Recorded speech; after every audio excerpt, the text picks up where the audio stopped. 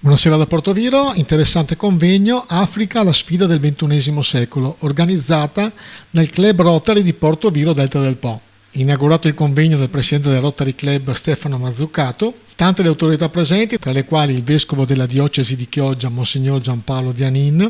e i rappresentanti di Delta Group, da Banca del Veneto Centrale, sostenitore dell'iniziativa, i relatori Don Dante Carraro, direttore Medici con l'Africa, QAM,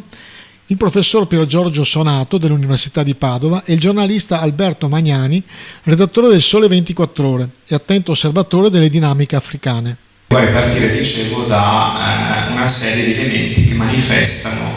le contraddizioni, o per meglio dire le eterogeneità delle Afriche, perché anche se è complicato, come diciamo prima, inquadrare un continente di queste dimensioni, di questa differenza, di questa eterogeneità, dicevo, in canali univoci, si possono individuare alcuni filoni che sono ben rappresentativi, a mio modo di vedere, del potenziale di identità assieme delle Afriche. Un primo fattore è quello demografico. L'Africa è un continente che al momento ha 1,3 miliardi, 1,4 miliardi di abitanti, una cifra peraltro non così significativa rispetto alle dimensioni, perché può fare impressione in valore assoluto, ma se consideriamo che l'Europa è circa 800 milioni, ci rendiamo conto che in realtà è un continente ancora non densamente popolato come potrebbe. Quindi l'opportunità della crescita demografica, l'opportunità di quello che,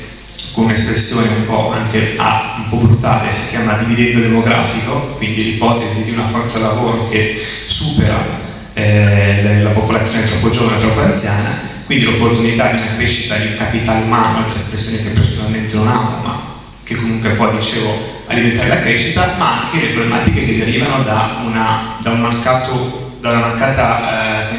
valorizzazione di questo capitale demografico, perché nuove ondate di giovani che si mettono nel mercato del lavoro, che non li ospita, non li accoglie, non li valorizza, diventano quegli elementi di tensione sociale potenzialmente insidiosissimi. Stiamo vedendo quello che sta succedendo nel Sahel, stiamo vedendo quello che sta succedendo in tanti altri paesi africani, quindi nuove generazioni frustrate, nuove generazioni che non vengono ascoltate